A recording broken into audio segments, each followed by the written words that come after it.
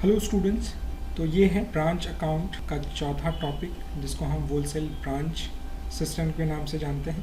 तो इस वीडियो में हम दो चीज़ें करेंगे। पहले तो जानेंगे ब्रांच सिस्टम है क्या, ठीक है ना, इसकी ज़रूरत क्यों है ना, और दूसरा है कि हम इसके फॉर्मेट को देखेंगे और क्लोजिंग स्टॉक कैसे कैलकुलेट किया जाता है इसमें वो देखेंगे, ठीक है। होलसेल ब्रांच कहते हैं किसको, देखिए, when the manufacturer usually and the big traders sometimes send the goods to their branches at a wholesale price, cost plus very thin margin of profit and fix the selling price for branches। जब manufacturer 99.95% cases में and big traders कुछ cases में माल को भेजते हैं अपने branches में wholesale price पे, कॉस्ट प्लस एक थिन मार्जिन ऑफ प्रॉफिट होता है and fixing the selling price, यानी होलसेल प्राइस पर भी एक और प्राइस जोड़ दी जाती है और वो सेलिंग प्राइस बन जाती है।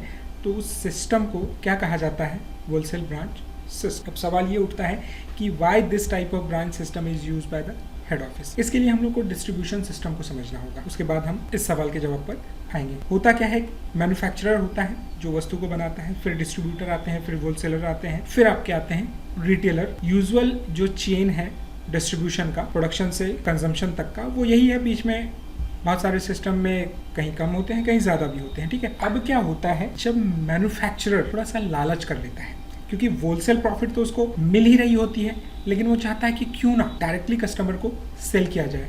जब वो थोड़ा सा एडिशनल प्रॉफिट चाहता है तो वो क्या करता है कि होलसेलर के माध्यम से कस्टमर को अपने प्रोडक्ट्स को मार्केट में ना पहुंचा करके, या रिटेलर के माध्यम से अपने प्रोडक्ट को कस्टमर तक ना पहुंचा करके, वो डायरेक्टली क्या करता है कि एक अपना ब्रांच खोल लेता है और क्या करता है कि वहाँ से सेलिंग करता है। तो यही मेन रीज़न है कि होलसेल ब्रांच सिस्टम जो है जन्म लेता है, ठीक है। अब हम लोग अपने सवाल पर आ जाते हैं कि why this type of branch system is used by the head office.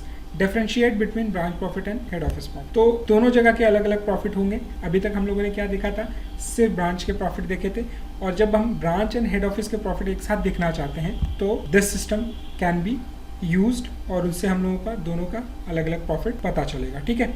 Additional profit due two branches. तो अभी जैसा कि हम लोगों ने बात की कि मान लीजिए एक प्रोडक्ट है वो 100 रुपये रिटेल मार्केट में बिक रहा है, ठीक है, और जो मैन्युफैक्चरर है वो 80 रुपये में होलसेलर को दे रहा है। तो ऑब्वियसली अगर मैन्युफैक्चरर चाहे तो उसको 90 रुपये में बेच सकता है और उसको और प्रॉफिट हो जाएगी उसको, क्योंकि वो 80 रुपये में जब होलसेलर को दे रहा है तो कहीं ना कहीं वो प्रॉफिट मार्जिन अपना रख करके ही दे रहा होगा। इसलिए यहाँ पे बात कही गई कि additional profit due two branches. अगर वो ब्रांचेस नहीं खोलता है तो उसको सिर्फ वही प्रॉफिट मिलेगा जो कि उसको होलसेलर देगा। अब क्या है, रीच टू मासेस डायरेक्ट। तो जैसा कि अभी मैंने बताया कि एक चेन ऑफ डिस्ट्रीब्यूशन है ना, manufacturer, distributor, wholesaler and retailer. अब मैन्युफैक्चरर अगर डायरेक्टली चाहता है कि मेरा कस्टमर के साथ डायरेक्ट कांटेक्ट हो, इसके फ़ायदे क्या होंगे। पहला फ़ायदा तो ये जो मैन्युफैक्चरर है उसको होगा, क्योंकि उसको एक एडिशनल प्रॉफिट मिल जाएगी, होलसेल से ज़्यादा ही प्रॉफिट मिलेगी ऑब्वियसली अगर वो डायरेक्टली बेचता है तो। और होगा क्या कि जो भी फीडबैक कस्टमर से आएगा वो उसको डायरेक्टली रिसीव करेगा। हो सकता है होलसेलर या डिस्ट्रीब्यूटर या रिटेलर जो फीडबैक प्रोडक्ट के बारे में आ रहे हैं वो उतने अच्छे नहीं आ रहे हैं या रियल नहीं आ रहे हैं। कस्टमर फीडबैक दे रहा है 5 और होलसेलर बता दे या रिटेलर या डिस्ट्रीब्यूटर कि अरे बड़ी मुश्किल से आपका प्रोडक्ट हम सेल कर पा रहे हैं। कस्टमर चाह कह रहा है, लेकिन कस्टमर अच्छा चाह रहा है, उसको खरीदना चाह रहा है, लेकिन ये ऐसे करके बताएंगे ताकि ये प्रॉफिट मार्जिन ज़्यादा चार्ज ना करे। अब हम लोग आते हैं चौथे पॉइंट पर, कंट्रोल ओवर होलसेलर्स। क्या है, अगर मैन्युफैक्चरर का अपना सिस्टम हो ना तो होलसेलर उसको ब्लैकमेल नहीं कर पाएंगे कि भाई हम आपका प्रोडक्ट तो नहीं बेचेंगे हैं, आप इतने प्राइस में दीजिए हमको, नहीं तो आपका प्रोडक्ट हम नहीं रखेंगे, किसी और मैन्युफैक्चरर का प्रोडक्ट हम रखेंगे। लेकिन अगर वो अपना ब्रांच खोल करके रखता है तो इससे करेगा क्या वो कि ठीक है अगर आप नहीं लीजिएगा इस दाम पर तो हम अपना और ब्रांचेस खोल लेंगे या अपने ब्रांच के माध्यम से ही बेच लेंगे, आपको नहीं लेना चाहते हैं आप तो ठीक है मत लीजिए। तो एक कंट्रोल रहेगा उस पर। होलसेलर, रिटेलर या डिस्ट्रीब्यूशन के चेन में जो भी लोग हैं वो मैन्युफैक्चरर को ब्लैकमेल नहीं कर। तो ये कुछ एक फ़ायदे हैं जिससे कि मैन्युफैक्चरर इसलिए मैन्युफैक्चरर क्या करता है कि डायरेक्टली कस्टमर से कांटेक्ट करना चाहता है थ्रू ब्रांच, ठीक है। ये था कि होलसेल ब्रांच सिस्टम क्या है और इसकी ज़रूरत क्यों पड़ी हुई है, ठीक है। अब हम लोग थोड़ा सा इसका फॉर्मेट देख लेंगे, बहुत ज़्यादा इसमें कुछ कॉम्प्लेक्स नहीं है।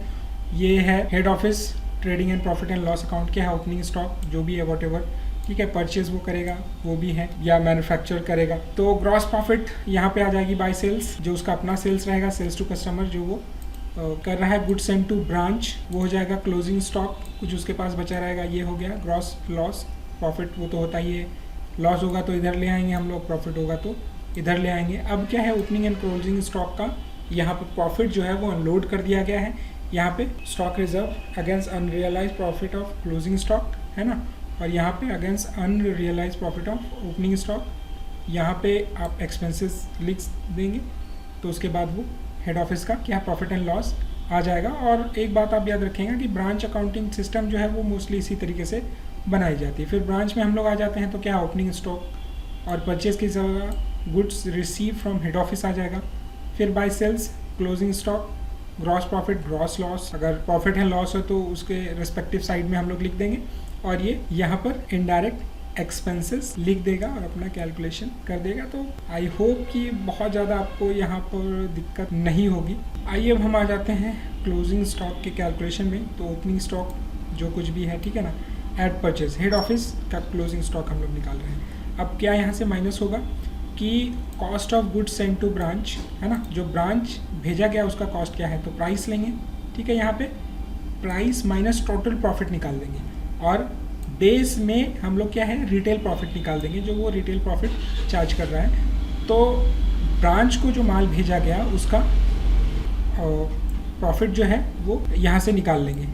उसके बाद हम लोग मल्टीप्लाई करके और गुड्स सेंड टू ब्रांच निकाल देंगे, उसका कॉस्ट क्या है, और जो खुद वो सेल कर रहा है उसका कैसे निकालेंगे, प्राइस माइनस टोटल प्रॉफिट, जो भी टोटल प्रॉफिट है ना, वो यहाँ पे निकाल देगा। देखिए यहाँ पे आप देखेंगे कि यहाँ पे कुछ भी माइनस नहीं किया गया है रिटेल प्रॉफिट। ऐसा इसलिए किया गया है क्योंकि हम यहाँ पर देखेंगे आप कि स्टॉक रिजर्व बाद में हम कर ले रहे हैं, ठीक है ना, प्रॉफिट को रिमूव कर दे रहे हैं वहाँ पर, ठीक है। तो इसलिए यहाँ पे प्राइस को ऐसे ही रहने दिया गया है, ठीक है।